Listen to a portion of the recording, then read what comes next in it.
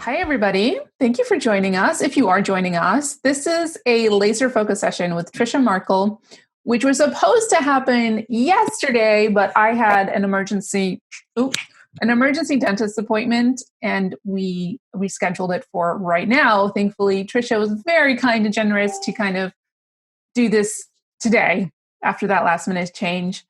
But this is a laser focus session. I do them whenever somebody in the inner circle has a question that they want to bounce ideas around or a challenge that they're facing. It's 15 minutes of laser focus. We're going to tackle one question, if we can keep it to that, with Trisha. And the whole idea is that we're kind of like constrained to 15 minutes so that we're not like wasting time, and we're kind of thinking clearly and taking and like offering actionable advice within a small time frame.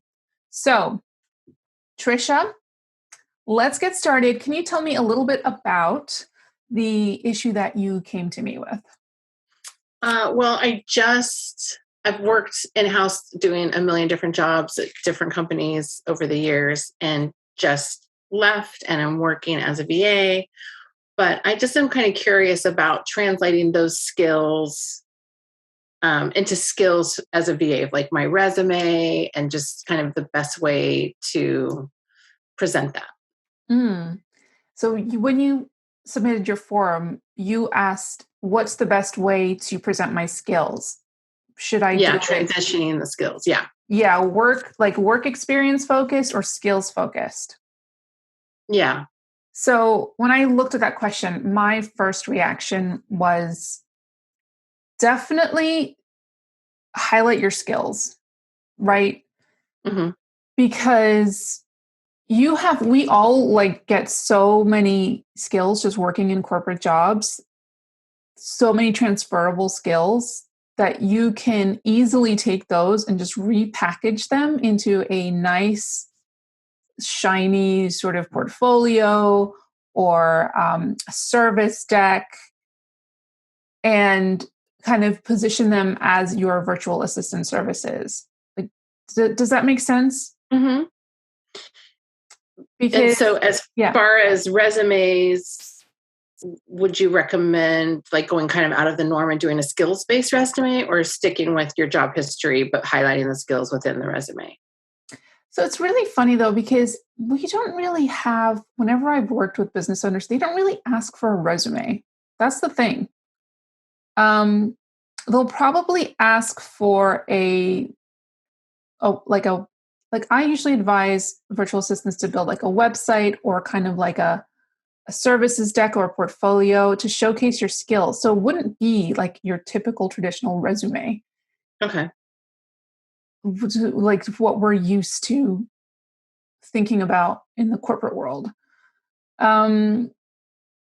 And you said as well in your intake form that you have so much experience Mm-hmm.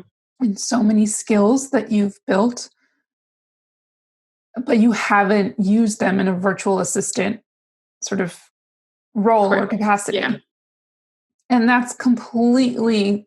think that's completely fine. Like a lot of people, when they're hiring virtual assistants, they don't care if you've been a virtual assistant for a year or 2 years or never, as long as you can showcase that that you can do what they're asking you to do. I think that's all that really matters. So you mentioned services deck, and I don't know if I've heard that term before in the training specifically. I've heard portfolio. So what's the difference between a portfolio and a services deck? I would say it's kind of more or less the same thing, honestly. Okay. I kind of used a different terms interchangeably. So portfolio will showcase your, you can list your services, your prices, your packages, examples of your work, testimonials, reviews, and your contact details. Okay. So in place of and also a page about you. And this is where you can showcase your experience, places you've worked before, any achievements in your corporate world, things like that. So an about page, essentially. Okay. But I wouldn't go into too much detail like you would in a normal traditional resume. I think a nice succinct paragraph that's really personable and colorful and showcases your personality, but also your professional achievements is, I think, good enough. And honestly, that deck or portfolio, whatever you want to call it, could just be like 5 or 6 pages. You can make it on Canva.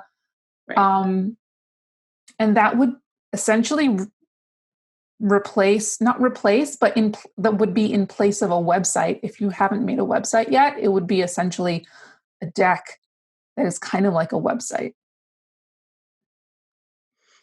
Yeah, I noticed on the jobs that I've applied in the inner circle, the people that I've interviewed with want to know if I've looked at their website, but it's clear that they've never looked at my website or my resume that I included, or anything that I included in the application. So that's kind of always funny. How is it clear that they haven't looked at it? Just based on the questions they ask. Yeah, there's just some questions asked, like, okay, so you didn't, just like it would be obvious to them if I didn't look at their website or look at who they were. Yeah. So it's just kind of funny. I love that you highlight that, because it just goes to show how important it is to look at their website. Like, it's such a key thing to do before you get on a call with anyone, right?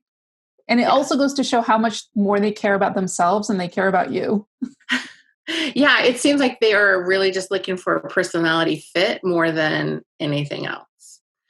Yeah. And so, Exactly. and I've seen this, I don't know if it was in Inner Circle or not, but I've also seen that sometimes the interview with a VA is a little off-putting to the person hiring, because the VA kind of is, I don't know, I just feel like they are used to like the typical interview. Mm-hmm. And so I think sometimes I'm just a little aggressive and like, oh, well, you could do this or you could do that kind of thing. And they aren't really ready to hear that. Like, once they hire you, maybe they are, but so some people want you to take charge and some people are a little put off by that. Like, if you're kind of asking them questions and leading and like, what are your needs? They get a little shook up by that because they want to make it more of a typical interview where they're just asking you questions.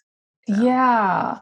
See, that's why I like to call it like a discovery call, because it's a discovery for both parties. Like, you're a business owner, they're a business owner. It's two people who are own businesses meeting to see if they're a good fit. So it's not, you're both interviewing each other because you need to make the call as to whether they're a good fit for you as much as you are for them. Yeah. So yeah, I kind of get that. Like, who takes the lead in these conversations? It's hard, isn't it?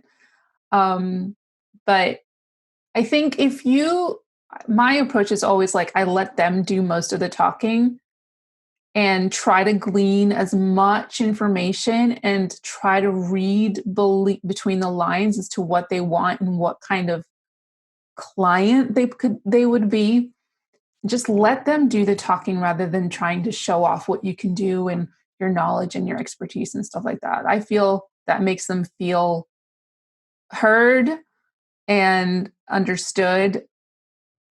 And I think it works in most cases. Well, yeah. And in the one instance I was talking about, it was more the client was telling me about a problem that they were having and that they needed to face.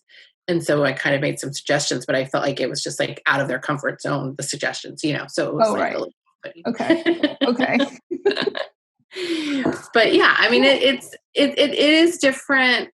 I think too, like if someone comes to you and you schedule a discovery call versus applying through the inner circle, and then it kind of being like a connection that's made that way, because they look at that as a typical interview, I think, more than if someone came to me and I said, okay, well, let's have a call and find out what your needs are and where your business is and how I can help. Exactly. Kind of yeah, exactly. Yeah. So does that answer your question, your main question being? I think so. And I have a website, but I'll definitely do a service deck that I can like email after I do the application for any jobs in the inner circle. Yeah, if you've got a website that kind of covers those key areas that I just mentioned before, no, that's fine. We have someone doing construction on the street, and it's just people coming and going, and they just have meltdowns all week long. Oh, that's fine. So you're saying like you would send this after you apply to an inner circle job? having Yeah, like, because I know you kind of recommend, sorry, I'm going to shut my door. Yeah.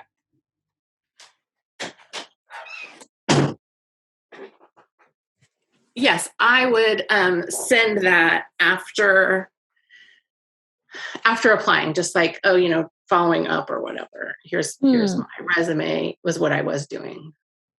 Oh, I see. Okay. So I usually send the application, and then like if I haven't heard anything, like 3 days later, I'll say, I applied for the job. I'm so interested. Here's my resume if you want to look that over. And hoping we can schedule a call or something. Okay. See, if I think isn't that what is? I feel like that's one of the suggestions to follow up with your resume. I just don't do it right the day of. I don't think I say follow up with your resume. Do I? I don't think so. That's follow up or with email them directly. I mean, it says something about emailing them directly. So when I email them directly, I just include my resume as kind of a little. Okay. Because I think if you've already got a website that covers all of that, then the website should cover it. Like, I don't think you should feel the need to send a resume. Okay. I do say follow up with them. I don't know if I say attach anything or anything like that. Just do follow up. Yeah. I mean, I know you said definitely if they, if they're open to emails, email them. And for some reason in my head, send the answers. Maybe you send the answers from the application. Oh, okay.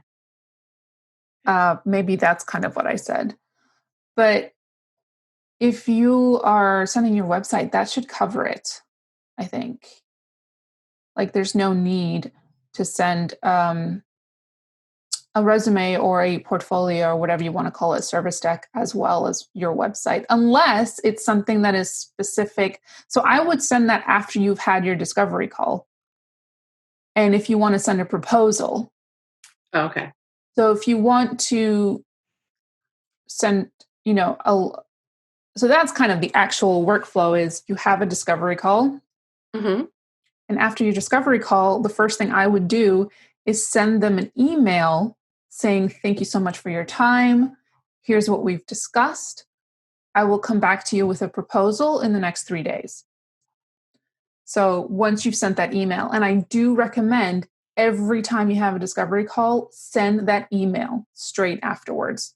So few people do this, but it's such a nice touch, and it shows that you care and that you're professional and that you valued your call. And it's an opportunity to outline everything that you guys talked about. Mm-hmm. And it allows them to think about, is there anything else that we've missed? So definitely send that email as soon as you finish the discovery call. And then get a proposal together. And that could be a nice looking proposal on Canva. And that could include your rates. It could include, portfolio. It could be your portfolio plus a proposal specific to their needs, or it could be a proposal that includes your package rates if you have them, if you have standard rates. But make it specific to them. The first page could be, proposal for business name. So it looks like you've put some effort into it, mm-hmm. and it's specific to them. And you send that. And then you ask them to look it over, and you'll come back to them within, in the next 3 days to check in on if they have any questions and things like that. But that should be the thing that kicks off your sort of the working relationship. They look at the proposal. If they have any questions, if they need to make any amendments, they kind of reply to you.